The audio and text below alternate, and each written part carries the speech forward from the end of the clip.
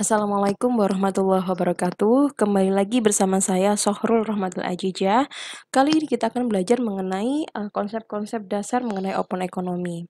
Jadi, apa yang membedakan open dan close economy? Saya ingatkan kembali kepada Anda bahwa pendapatan nasional dari sisi pengeluaran itu ada Y sama dengan C plus I plus G plus NX begitu ya. Jadi kalau tidak ada faktor net ekspor atau aktivitas perdagangan ke luar negeri, dari dan ke luar negeri, maka negara tersebut dikatakan sebagai closed economy. Sebaliknya, kalau sudah ada aspek net ekspor, maka itu disebut dengan open economy. Dan saya ingatkan kembali, ekspor itu apa? Yaitu menjual barang ke luar negeri, sementara kalau impor adalah mendatangkan barang ke luar negeri. Net ekspor sendiri itu terdiri dari ekspor dikurangi dengan impor, kayak gitu. Bagaimana untuk mengukur derajat keterbukaan ekonomi suatu negara? Kita bisa menghitung rasio dari ekspor atau impor terhadap total GDP. Jadi bisa ekspor per total GDP atau impor per total GDP. Hasilnya memang berbeda, tetapi ini bisa dijadikan indikator kayak gitu ya. Salah satu bisa dipilih.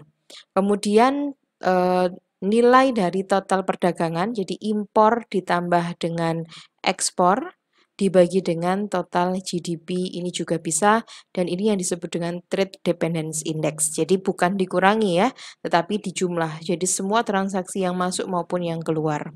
Tentunya kalian sudah memahami ya bahwa ekspor itu adalah aktivitas mengirimkan barang dan jasa yang ke luar negeri, kemudian impor itu adalah aktivitas mendatangkan barang ataupun jasa eh, ke dalam negeri. Kemudian net ekspor itu merupakan selisih antara ekspor dikurangi dengan impor. Kemudian net ekspor ini juga disebut sebagai trade balance ya. Ada beberapa faktor yang mempengaruhi net ekspor. Yang pertama adalah selera dari konsumen domestik dan juga internasional ya, foreign dari asing gitu kan. Bagaimana selera masyarakat Indonesia terhadap produk-produk asing misalnya kayak gitu. Kemudian price of goods-nya, harga dari barang dan jasanya tersebut. Kemudian exchange rate pasti ya sangat berpengaruh. Terutama kayak misalnya ketika rupiah melemah, maka harga barang impor itu kan pastinya meningkat ya. Sehingga contohnya elektronik, kalau rupiahnya mengalami penurunan, maka harga elektronik akan cenderung mahal. Kemudian income dari konsumen itu sendiri, cost of transporting goods itu juga sangat diperlukan, sama kebijakan apakah ada trade barriers atau hambatan masuk ke negara tersebut atau kita sudah menggunakan free trade area misalnya kayak gitu. Kemudian kembali lagi ketika menghitung pendapatan nasional, ketika sudah ada unsur ekspor dan impor, maka kita menghitung net ekspor. Kalau net ekspor seperti ini berarti negatif, berarti kan lebih besar impornya dibandingkan dengan ekspornya begitu ya. Jadi kalau kita lihat untuk domestic demand itu 4.000, kemudian di sini ekspor impornya ternyata negatif, maka total spendingnya itu adalah 3.840. Sementara GDP-nya itu 4.100, sehingga di sini adalah tendensi of ekonominya itu masa-masa kontraksi. Kemudian yang dimaksud dengan masa equilibrium adalah pendapatannya sama dengan pengeluarannya. Sedangkan masa-masa ekspansi, jadi tendensi ekonominya ekspansi adalah ketika pendapatannya lebih sedikit dibandingkan dengan pengeluarannya. Artinya mereka ingin mencapai sebuah target ekonomi tertentu sehingga melakukan aktivitas melebihi dari pendapatannya. Kemudian kalau dilihat misalnya di sini, kalau perekonomian tersebut masih close ekonomi ada di CIG ini, tetapi kalau sudah ada aktivitas ekspor dan impor, maka di sini ya sebenarnya ini kenapa seperti ini, karena ini adalah ada net ekspor defisit, artinya memang yaitu tadi impornya lebih tinggi gitu. Jadi sebenarnya kalau aktivitas perdagangan internasional memang kalau ingin meningkatkan pendapatan nasional adalah dengan meningkatkan ekspor dibandingkan dengan impor. Karena impor kan dia sifatnya mengurangi ya. Ekspor ekspor dikurangi dengan impor. kita sudah memiliki 4 komponen dari spending gitu ya. Ada C, ada I, G, sama NX. Kemudian open economy memiliki multiplier yang berbeda dibandingkan dengan private investment dan government spending. Karena pastinya ada ekspor impor, pastinya multipliernya juga berubah dong gitu ya. Nah, open economy multiplier itu rumusnya adalah 1/MPS ditambah MPM, di mana MPM itu adalah marginal propensity to import, karena sudah ada aspek impornya gitu ya.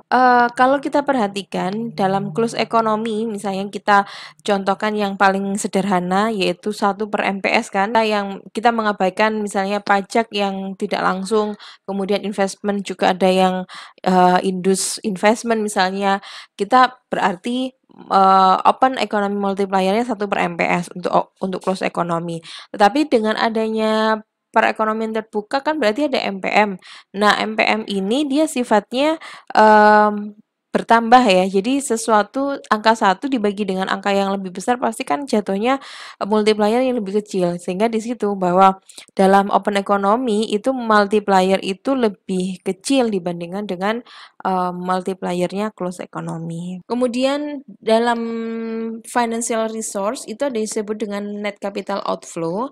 NCO ini merupakan pembelian dari foreign asset oleh domestic residents, kemudian dikurangi dengan pembelian dari domestic asset oleh foreigner, kayak gitu. Contohnya misalnya di sini US residents itu membeli stok saham di Telmex, the Mexican Phone Company. Kemudian pembelian ini tentunya meningkatkan net capital outflow dari Amerika. Sedangkan ketika Jepang, penduduk Jepang itu membeli bond yang diisu oleh US government, maka ini akan pembelian ini akan mengurangi US net capital outflow. Ya, contohnya gini misalnya Japan's residence ini ya. Kalau NCO itu kan buy foreign product by domestic gitu kan. Sementara ini foreigner by domestic product.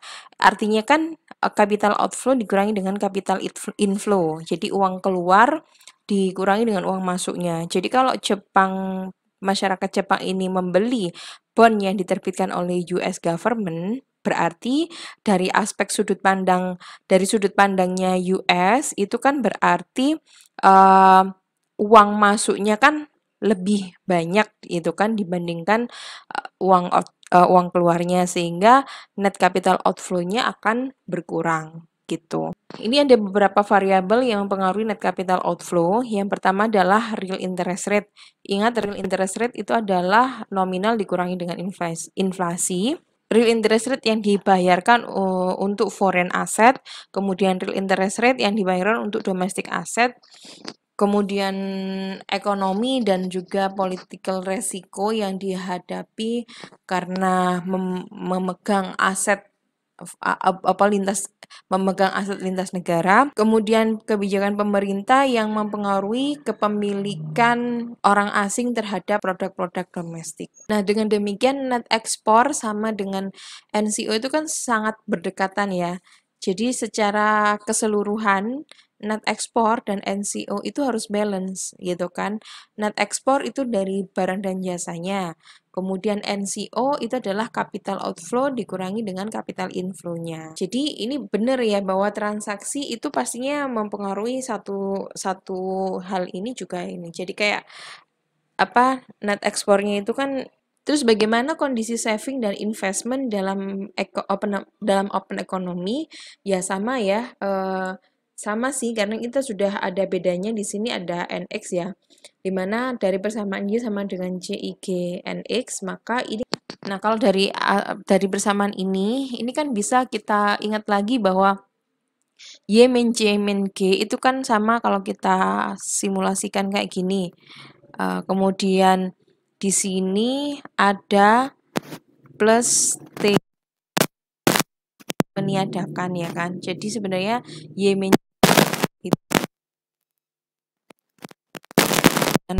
dengan net ekspor, artinya ini punya makna kan, ini tidak lain adalah private saving dan ini adalah public saving. Keduanya itu ketika ditotal itu akan sama dengan investasi dan juga dengan net ekspor. Dengan demikian national saving itu sama dengan I plus NX. Nah, karena NX sama dengan NCO, maka national saving sama dengan investasi ditambah dengan NCO. Kemudian price for international transaction itu ada nominal dan juga real exchange rate. Kalau nominal itu seperti yang kita lihat di pergerakan nilai tukar itu ya, itu nominal exchange rate. Kemudian, nah contohnya di sini misalnya $1 sama dengan 80 yen atau $1 sama dengan 15.000 rupiah kayak gitu. Berarti 1 rupiahnya berapa? Ya tinggal dibagi aja. Nah, real exchange rate ini adalah rate di mana seseorang itu bisa melakukan perdagangan untuk barang dan jasa dari satu negara ke negara lain. Jadi real exchange rate ini mengkomparasikan harga domestik dan juga foreign good yang ada di domestic economy. Nah, rumus dari real exchange rate itu adalah nominal exchange rate dikalikan domestic price dibagi dengan foreign price. Apresiasi sama depresiasi, kalau sekarang ini kita mengenal bahwa sistem nilai tukar itu kan juga dari ada yang fix sampai ke floating ya. Jadi ada fixed exchange rate, ada minutes floating exchange rate, ada free floating. Nah, fixed exchange rate itu hampir sekarang udah nggak ada ya. Karena itu memang betul-betul dikendalikan oleh pemerintah. Jadi kalau dalam fixed exchange rate itu tidak ada nilai tukar yang menguat atau melemah secara pasar, tapi sangat ditentukan oleh pemerintah. Minutes floating itu artinya sudah menuju kepada floating tetapi masih bisa dikendalikan. Kemudian kalau free floating itu memang betul-betul dilepas di pasar sehingga otoritas moneter itu tidak bisa melakukan menentukan, tapi hanya bisa melakukan intervensi dengan bermain juga dalam pasar nilai tukar. Nah, kalau kita melihat di sini, kalau di free floating itu ada istilah apresiasi ataupun depresiasi. Apresiasi ini berarti nilai tukar tersebut menguat dibandingkan dengan nilai tukar dari negara lain. Kalau depresiasi berarti dia melemah. Artinya kalau contohnya kalau $1 itu awalnya adalah 15.000 katakanlah. Sekarang $1 itu menjadi 16.000.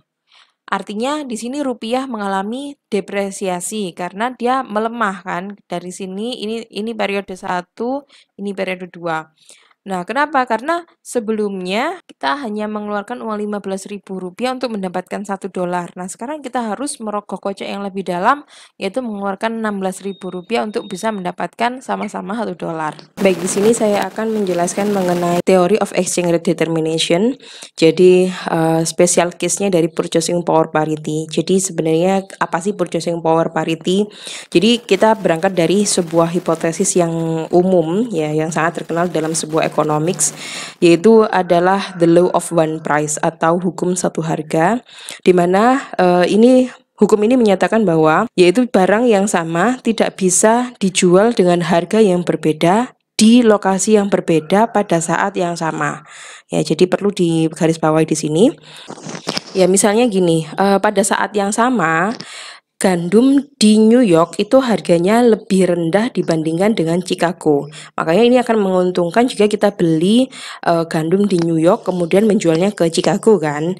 Nah, ini merupakan suatu hal yang cepat-cepatan gitu bagi seorang arbitrageurs atau orang yang memang itu sangat senang membeli di harga murah di satu market dan kemudian menjualnya lebih tinggi di tempat lain. Jadi sebenarnya ini kan sebuah kondisi yang sangat umum ya. Kita biasanya membeli di tempat yang harganya lebih murah lalu jual di harga tinggi kan, di tempat lain yang masih tinggi harganya kayak gitu kan.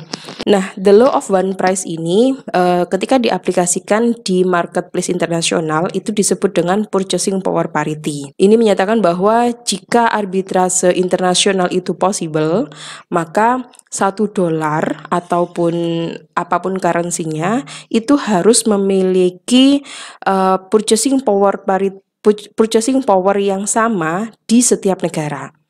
Ya, jadi argumennya begini, jika $1 ini punya harga yang berbeda-beda, misalnya dia bisa $1 yang sama itu bisa membeli lebih banyak gandum di domestik dibandingkan dengan luar negeri misalnya, maka banyak arbitrageurs tadi itu akan mengambil peluang di sini gitu kan untuk membeli gandum di pasar domestik sebanyak-banyaknya lalu menjualnya ke luar negeri kan gitu. Akibatnya apa? Profit seeking arbitrageurs itu juga akan meningkatkan, melihat kesempatan ini akhirnya penjual domestik itu kan akhirnya mencoba untuk menaikkan harga gitu kan relatif dibandingkan harga di luar negeri. Nah, sama halnya juga kalau misalnya $1 itu bisa membeli lebih banyak gandum di luar negeri dibandingkan di dalam negeri, maka orang juga akan berbondong-bondong beli dari luar negeri dan jual ke dalam negeri, dan pada saat yang sama arbitrageurs juga akan menaikkan harga gandum di luar negeri. Nah, kayak gitu. Akibatnya apa? Kita berharap bahwa di dalam kondisi internasional, the law of one price ini yang berlaku untuk purchasing power parity, dolar yang sama itu bisa membeli barang yang sama dengan kuantitas yang dengan harga yang sama di negara manapun pada saat waktu yang sama, kayak gitu. Nah, kita bisa menginterpretasikan doktrin dari purchasing power parity ini dalam model real exchange rate. Dalam arbitrageurs internasional ini mengatakan bahwa net export itu sangat sensitif terhadap perubahan sekecil apapun dari real exchange rate. Jadi penurunan sedikit aja di harga barang dalam negeri relatif dibandingkan harga dalam negeri, maka ada penurunan yang sedikit juga dalam real exchange rate, dan ini mengakibatkan para arbitrageurs tadi untuk membeli barang secara di domestik lebih banyak gitu kan, kemudian menjualnya ke luar negeri. Ya, sebaliknya kalau small increase atau kenaikan sedikit aja di relative price dari domestik, itu juga akan mengakibatkan arbitrageurs atau para pedagang ini untuk mengimpor barang-barang dari luar negeri. Oleh karena itu, kalau kita buat sebuah grafik gitu ya, bahwa ini adalah real exchange rate, kemudian ini adalah saving dan income, net export itu dia cenderung flat. Ya. Kenapa dia cenderung flat di sini? Bahwa kenaikan sedikit saja dari real exchange rate, kenaikan atau penurunan sedikit aja dari real exchange rate sebenarnya akan mengakibatkan perubahan yang sangat besar dari net export. Nah, karena sangat sensitifnya ini, maka net export itu menggaransi bahwa equilibrium real exchange rate itu selalu dekat dengan nilai dari purchasing power parity. Nah, purchasing power parity ini memiliki dua implikasi yang sangat penting. Yang pertama, karena net export ini dischedulkan secara flat, maka perubahan dari saving or investment itu tidak bisa mempengaruhi real exchange rate, real ataupun nominal exchange rate, karena dia bersifat vertikal seperti ini. Yang kedua, karena real exchange rate itu fix, ya dia karena tadi perubahan sedikit aja sangat mempengaruhi net export, maka perubahan dari nominal exchange rate itu juga akan berakibat pada perubahan dari harga gitu. Ya, meskipun apakah doktrin dari purchasing power parity ini realistis? Ya, meskipun kelihatannya itu purchasing power parity ini kayak rasional gitu kan, tapi sebenarnya purchasing power parity ini menurut banyak ahli ekonomi itu belum bisa menggambarkan secara komplit, secara akurat bagaimana perdagangan internasional tersebut. Nah, yang kenapa begitu? Karena yang pertama, banyak sekali barang itu yang tidak bisa diperdagangkan secara mudah gitu ya. Contohnya pemotong rambut gitu kan. Pemotong rambut mungkin bisa saja mahal di Tokyo, kemudian murah di New York. Tetapi ini kan menjadi sebuah kayak haircut gitu kan. There is no room for international arbitrage karena itu impossible gitu ya untuk transport haircut, hanya sebuah haircut. Jadi ongkos transportasinya sangat mahal. Kemudian yang kedua, even tradable goods are not always perfect substitutes. Jadi kayak misalnya meskipun itu mudah diperjualbelikan, tapi nggak bisa kok secara completely itu bisa mensubstitusikan satu barang dengan barang yang lain gitu. Some consumer prefer Toyota and others prefer Ford misalnya, tergantung selera juga. Nah, oleh karena itu relative price of Toyota dan Ford itu sangat bervariasi to some extent without leaving any profit opportunities. Karena alasan inilah real exchange rate itu sangat beragam berdasarkan waktu. Meskipun purchasing power parity ini bisa dikatakan tidak bisa mendeskripsikan secara perfect kondisi dunia, tapi dia bisa menjelaskan kenapa movement in the real exchange rate itu limited gitu ya. Ya kita harus bisa memvalidasi dari logik yang dipakai dari konsep purchasing power parity. Semakin jauh gitu ya, the real exchange rate itu terbawa dari level predictednya by purchasing power parity, kemudian the greater the incentive for individual to engage in international arbitrage in goods. Ya meskipun kita nggak bisa mengatakan bahwa purchasing power parity itu bisa mengeliminasi semua perubahan di real exchange rate, paling tidak doktrin ini bisa menyediakan alasan kenapa fluktuasi dari real exchange rate itu dapat dikatakan sangat kecil dan juga sangat temporary kayak gitu. Nah ini rumus secara keseluruhan dari purchasing power parity ya, bahwa harga luar negeri dibagi dengan harga domestik. Oke, saya lanjutkan dengan kondisi large open economy. Jadi kita ingat bahwa ada beberapa negara yang dia diklasifikasikan sebagai closed economy, kemudian small open economy, artinya dia derajat keterbukaannya relatif kecil seperti Indonesia. Kemudian ada large open economy yang dimana dia tuh perekonomian sangat mempengaruhi negara-negara di dunia seperti Amerika contohnya ya. Salah satu kalau dilihat dari aspek aliran dana gitu ya, maka kunci perbedaan dari small and large open economy itu adalah karakter dari net capital outflow-nya. Jadi dalam model small open economy, capital flows itu bisa masuk atau keluar dari ekonomi pada kondisi fixed world interest rate. Jadi interest rate-nya itu dianggap tetap. Sementara model of large open economy itu memiliki asumsi yang berbeda gitu tentang international capital flows. Untuk memahami asumsi ini, ingat bahwa net capital outflow itu merupakan jumlah dari domestic investor yang meminjamkan dananya ke luar negeri dikurangi dengan jumlah investor asing yang meletakkan dananya di dalam pasar domestik. Bayangkan jika Anda itu adalah seorang domestic investor, kemudian atau seperti portfolio manager dari university endowment misalnya, ingin memutuskan bagaimana strategi kalian investasi. Mungkin Anda akan investasi di domestik misalnya dengan membeli obligasi dari US company misalnya, atau Anda investasi abroad dengan membeli obligasi perusahaan asing. Banyak hal yang mempengaruhi keputusan Anda. Yang pasti itu adalah berapa suku bunga yang akan Anda dapat. Semakin tinggi suku bunga yang Anda dapat di pasar domestik, maka itu semakin membuat Anda malas untuk investasi di luar negeri kan gitu ya. Nah, begitu juga sebaliknya, kalau di luar negeri Anda akan mendapatkan return berupa bunga yang lebih tinggi, maka kalian akan lebih tertarik untuk meletakkan dananya di luar negeri.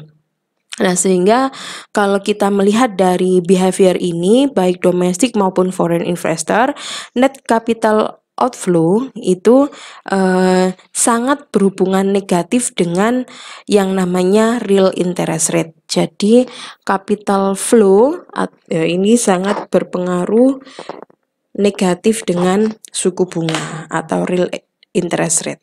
Nah, ini bagaimana kalau dijelaskan dengan grafik ya. Ini adalah real interest rate. Kemudian ini adalah net capital outflow atau capital flow begitu.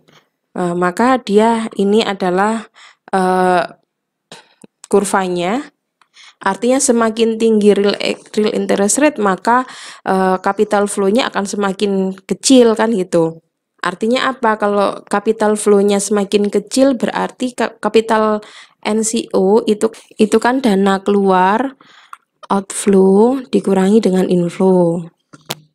Oleh karena itu kalau kita lihat dari grafik ini adalah semakin tinggi interest rate semakin tinggi interest rate domestik, itu akan akan discourage domestic investor untuk menyalurkan dananya ke luar negeri. Jadi ini akan semakin kecil. Nah, ini adalah domestic interest rate gitu ya.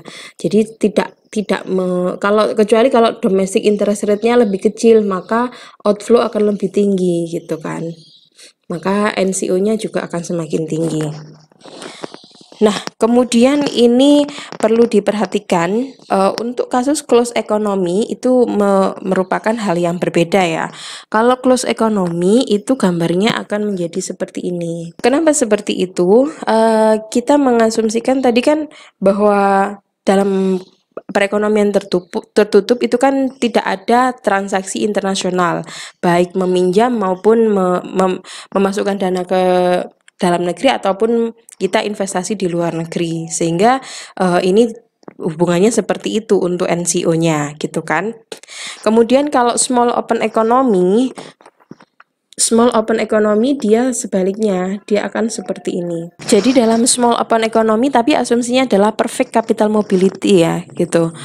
Jadi dalam hal ini capital flows itu bisa keluar masuk dengan mudah gitu ya.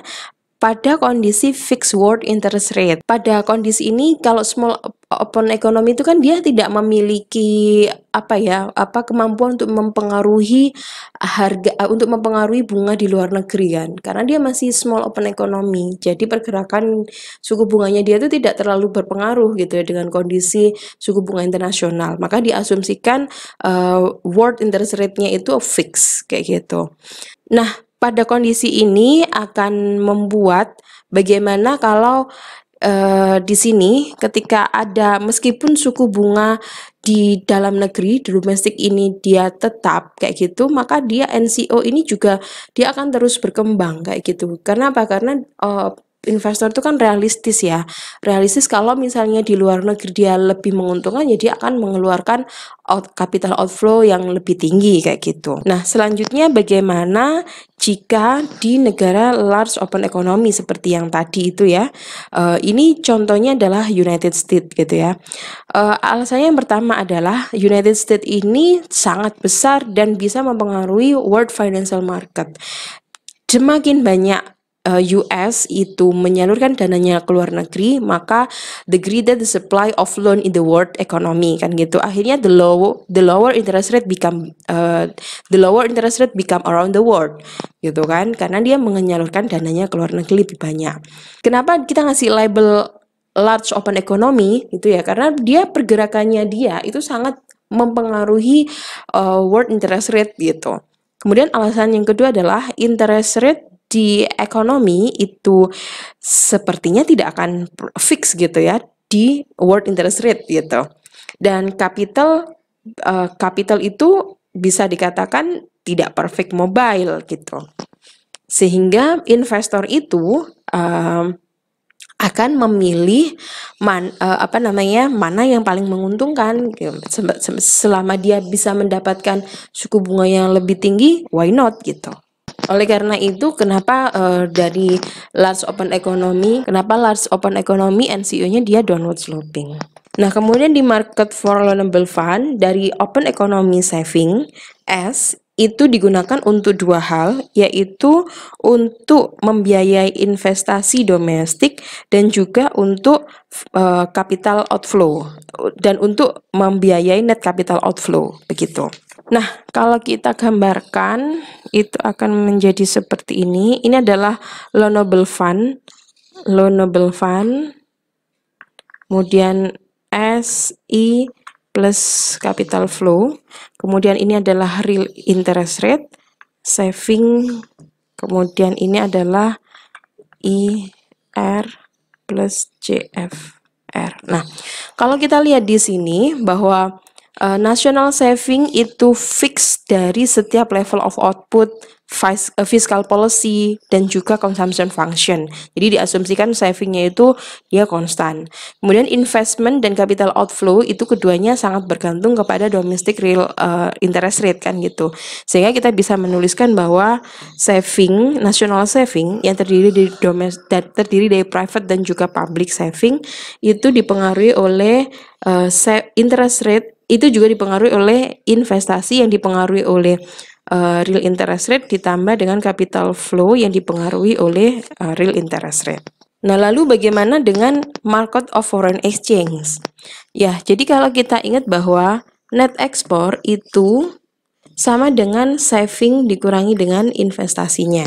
Nah, kemudian net export ini merupakan fungsi dari real exchange rate kan, karena capital flow itu sama dengan S-1. Oleh karena itu, kita bisa juga menuliskan net export itu dipengaruhi oleh real exchange rate merupakan saving dikurangi dengan investasi. Oleh karena itu, kalau kita gambarkan, ini akan menjadi seperti ini net export dan ini real exchange rate, maka ini capital flow-nya dan ini adalah net export yang dipengaruhi oleh real exchange rate. Dan kita ingat bahwa nominal exchange rate itu merupakan real exchange rate dikalikan harga foreign dibagi dengan harga domestik. Nah, di sini saya akan mencoba untuk menjelaskan bagaimana dampak dari sebuah kebijakan di large open economy ya. Jadi yang pertama ini kita pahami dulu, ini adalah keterkaitan antara market for loanable fund (NCO) dan juga market of foreign exchange ya di sini. Kemudian kita perhatikan di sini bahwa market for loanable fund itu ada saving, national saving di sini, kemudian digunakan untuk investasi domestik dan juga untuk financing of capital flow. Nah, kemudian ini net capital outflow-nya ini berbanding negatif ya antara real exchange rate dengan NCO. Jadi kalau kita membuat grafik seperti ini kan sumbu Y-nya R, maka di sini juga sumbu R-nya R gitu karena kita sejajarkan. Nah, lalu kalau kita ke bawah seperti ini, maka ini adalah NCO, karena NCO itu sama dengan NX, maka kita juga bisa menggambarkan untuk market for foreign exchange gitu kan. Sementara foreign exchange ini net export itu berbanding negatif dengan real exchange rate, di mana ini adalah capital flow dan ini adalah NX-nya. Kayak gitu. Dari gambar ini kita bisa melihat misalnya terjadi pengurangan dari national saving. Ingat national saving di sini kita punya income yang berasal dari tax, kemudian kita mengeluarkan dalam bentuk government spending kan gitu. Misalnya katakanlah penurunan dari national saving ini diakibatkan karena tax yang turun seperti saat ini di masa pandemi dan government spending yang naik karena untuk memberikan subsidi kepada masyarakat dan juga bantuan jangka pendek, maka hal ini akan berpengaruh terhadap loanable fund yang akan berkurang. Jadi misalnya di sini ya, national saving mengalami penurunan, berarti kan geser ke kiri nih. Geser ke kiri, equilibrium yang awalnya ini terjadi di R1 di sini, maka sekarang suku bunga akan naik ke R2. Kayak gitu kan. Nah, sehingga loanable fund itu akan turun dari sini, dari loanable fund yang pertama ke kedua. Nah, akibatnya apa? Kalau suku bunga ini mengalami kenaikan, maka kita bawa ke pasar NCO. Di NCO, maka terjadi kenaikan suku bunga juga, maka mengakibatkan apa? Net capital outflow juga mengalami penurunan ke kiri. Nah, sekarang dampaknya apa ke market for foreign exchange? Karena ini NCO-nya ke kiri, maka ini akan mengakibatkan ini juga akan bergeser ke kiri, kan gitu. Nah, ketika bergeser ke kiri, real exchange rate yang awalnya di sini, di titik E1 ini, akan menjadi di titik E2. Nah, hal ini menunjukkan bahwa penurunan dari capital outflow itu artinya adalah penurunan supply dolar in the market for foreign currency exchange kan gitu ya.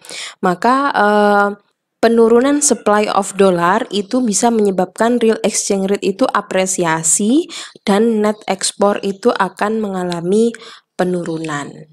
Nah, sekarang bagaimana dampaknya jika terjadi pergeseran dari permintaan investasi? Katakanlah misalnya terjadi kenaikan dari permintaan investasi karena mungkin dalam kongres atau apa gitu ya, kebijakan pemerintah itu menggolkan adanya investasi tax credit. Maka misalnya di sini katakanlah untuk permintaan investasinya naik, katakanlah di situ ya, maka ini mengakibatkan suku bunga ini juga akan mengalami penaikan dari suku bunga pertama ke suku bunga yang kedua. Nah, ini kemudian dampaknya apa ke NCO? Ke NCO juga begitu. NCO akan suku bunganya kan naik ke R2 nih. Nah, maka dia akan mengalami penurunan dari NCO juga. Dan dampaknya ke foreign market exchange itu juga adalah capital outflow ya. Dia juga akan mengalami ini real exchange rate-nya juga akan mengalami apresiasi kayak gitu. Maka akibatnya ekspor itu akan mengalami penurunan. Kemudian bagaimana dampak dari trade policy ya? Jadi di sini misalnya terjadi restriksi perdagangan, misalnya kuota impor gitu ya. Maka adanya kuota impor ini akan mengurangi demand untuk impor kan, sehingga net ekspor itu akan ketika impornya turun maka net ekspornya akan naik kan gitu. Jadi kalau kita perhatikan adanya pembatasan impor itu mengakibatkan ini tetap ya, jadi market vulnerable fund-nya tetap, NCO-nya tetap, tetapi di sini ini adalah capital flow-nya. NX-nya kan naik karena impornya menjadi lebih kecil gitu kan. Ketika impornya lebih kecil atau adanya proteksi gitu, maka apa yang terjadi? Yang terjadi adalah nilai tukar tersebut akan mengalami apresiasi. Sehingga dan kita mengingat bahwa ketika trade balance-nya tetap, maka tidak akan terjadi tidak berdampak apapun di NCO maupun di loanable fund kayak gitu. Nah, sekarang bagaimana dampak dari pergeseran net capital outflow? Ini berasal dari net capital outflow-nya dulu ya. Jadi kalau net capital outflow itu kenapa terjadi? Mungkin ada beberapa penyebab. Misalnya yang pertama, adanya fiscal policy abroad. Jadi misalnya Germany itu memberlakukan fiscal policy yang mengakibatkan German saving itu meningkat. Kemudian this policy itu akhirnya reduce the German interest rate. Kemudian akhirnya apa? The lower German interest rate discourage American investor from lending in Germany and encourage German investors to lend in the United States kan gitu. Jadi semakin rendah dari suku bunga yang ada di Jerman itu akan membuat investor yang ada di Amerika kan males. Akhirnya mereka malas untuk naruh uangnya di Jerman kan gitu. Nah, sehingga akibatnya apa? Dengan suku bunga US yang masih tidak berubah, maka akhirnya US net capital outflow-nya kan akhirnya turun kan gitu. Nah, itu bisa jadi kayak gitu. Atau yang kedua misalnya adanya pergeseran capital outflow itu misalnya ke kiri, misalnya itu karena political instability abroad. Misalnya adanya war atau adanya revolution breakout ya, di another country, misalnya di Jerman katakanlah tadi, maka investor around the world itu akan mencari safe haven ya, jadi mencari safe haven. Jadi mereka akan withdraw dananya gitu dari negara yang sedang perang tersebut, yang tidak stabil politiknya misalnya, kemudian mencari safe haven di stable country. Misalnya contohnya di United States, misalnya pada saat posisi stabil katakanlah di situ. Maka hal ini mengakibatkan apa? Net capital outflow Amerika juga akan turun karena inflow-nya sangat tinggi kan gitu. Ya, inflow-nya kebanyakan misalnya kayak gitu. Nah, akibatnya apa? Itu salah satu penyebab itu adalah beberapa penyebab dari bergesernya capital outflow atau net capital outflow ke kiri. Nah, dampaknya apa? Nilai tukar yang awalnya di sini kan menjadi di sini ya. Jadi Amerika dolar itu akan mengalami apresiasi, maka dampaknya apa? Dampaknya ini akan ke atas kan? Nah, akan ke atas, maka di NCO-nya ini akan mengalami penurunan, gitu kan? Nah, ketika di sini mengalami penurunan, maka ini juga akan berubah suku bunganya. Suku bunganya dari R1 ke R2 dan ini berdampak juga ke sini. Nah, ini dari R1 ke R2 kan gitu. maka di sini adalah demand dari loanable fund itu juga akan mengalami penurunan di Amerika. Oke, mungkin seperti itu untuk materi Open Economy. Jangan lupa belajar bukunya Menkyu untuk bab Open Economy dan juga Samuelson. Terima kasih dan Assalamualaikum warahmatullahi wabarakatuh.